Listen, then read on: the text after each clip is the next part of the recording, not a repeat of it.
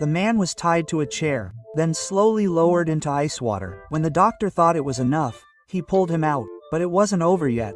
The doctor injected him with a virus. He was again immersed in ice water. Every time the man was about to drown, he was pulled up and again injected with the virus. This process was repeated 21 times. Finally, the doctor seemed happy, but still his work was not done. The man was tied even tighter. Then a switch was turned on. An electric current ran through his body which caused him to suffocate violently until he lost consciousness. Then the doctor took him in front of the audience to show his transformation. When the man regained consciousness, strange things started happening. His hands started changing, twisting with pain until they turned into claws. His feet grew larger. They came out of his shoes. Before anyone could fully understand, his face started changing and he became a werewolf. When the doctor turned around, it was too late. The werewolf roared angrily at him. There was chaos in the room. People ran towards the exit. The werewolf broke free from his shackles and threw his chair on the ground. A medical assistant tried to give him an anesthetic, but the werewolf pushed her away and bared his sharp teeth at her. The frightened doctor ran towards the door, but it did not open. The werewolf came to him growling. Then he picked him up and threw him out of the window. The werewolf jumped from the windowsill, climbed to the roof and screamed at the moon. He jumped off the building, killed an officer and then ran down the street. The pursuing policemen fired a hail of bullets, but he escaped through a small passage. The werewolf jumped over their heads and disappeared into the darkness. Shortly after, the werewolf reached his father's house. He pointed a gun at his father, but the father was not scared at all. He pointed the gun at his own head. Then he threw the werewolf off his bench.